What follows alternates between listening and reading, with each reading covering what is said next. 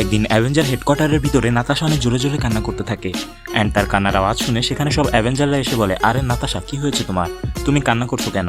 জবাবে নাতাশা বলে, আরে একটু সামনে দেখো, কেউ হকাইকে মেরে এখানে ফেলে রেখেছে।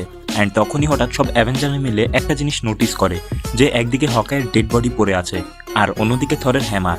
আর তারপর টনি ডেড বডির সামনে এসে বলে, নাতাশা তুমি চিন্তা করো না, এখন আমি দেখছি এখানে হয়েছিলটা কি। এটা বলে টনি তার মুখ চুলকাতে চুলকাতে হকাইয়ের ডেড বডি দেখতেই থাকে। কিন্তু হঠাৎ হ্যামার দেখে বলে, অবভিয়াসলি এই হ্যামার দিয়েই খুন করা হয়েছে, কারণ হ্যামারে ব্লাড লেগে আছে। আর আমি যতটুকু জানি এই হ্যামারকে উঠানোর অ্যাবিলিটি আমাদের টিমে একজনেরই আছে, আর সে হচ্ছে আমাদের গড অফ থান্ডার থর। আর আমি শিওর হয়ে বলতে পারি কেউ মানুক আর না মানুক, হকাইকে থরই মেরেছে। কিন্তু এটা শুনে থর রেগে বলে, টনি তুমি পাগলের মতন বকছো, আমি হকাইকে মারিনি, আমি বাস বসে বসে গেম খেলছিলাম, বিশ্বাস না হলে এই দুজনকে জিজ্ঞেস করতে পারো। দেন তারা দুইজনও হাতে হ্যাঁ মিলায়। কিন্তু হঠাৎই কথার মাঝে ক্যাপ্টেন বলে, এই দুজনই তোমার ফ্রেন্ড, তো অবশ্যই ওরা তোমার সাপোর্টই নিবে। দেন ক্যাপ্টেনের এই কথা শুনে সব অ্যাভেঞ্জাররা ভাবনায় পড়ে যায়।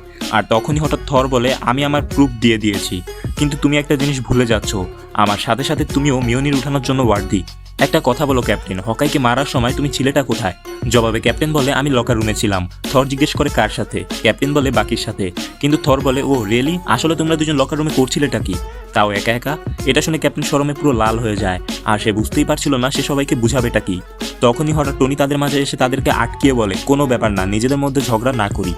ওয়েল, যদি হকাইকে তুফানের নেতা থর না মারে আর ক্যাপ্টেন আমেরিকাও না মারে, তো আমাদের টিমে আরেকজন আছে যে মিওনির উঠাতে পারে আর মিওনির জন্য সম্পূর্ণ ওয়ার্দি, আর সে হচ্ছে আমাদের ভিশন।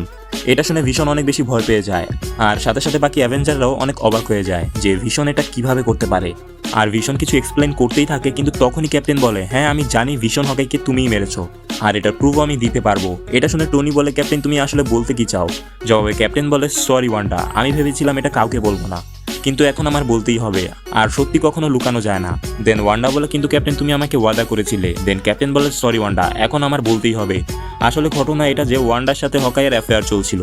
এটা শুনে অ্যাভেঞ্জার হলে যে ঘটনা ঘটে সেটা জানার জন্য আমাদের চ্যানেলটা সাবস্ক্রাইব করে কমেন্টে পার্ট 2 লিখে দিন।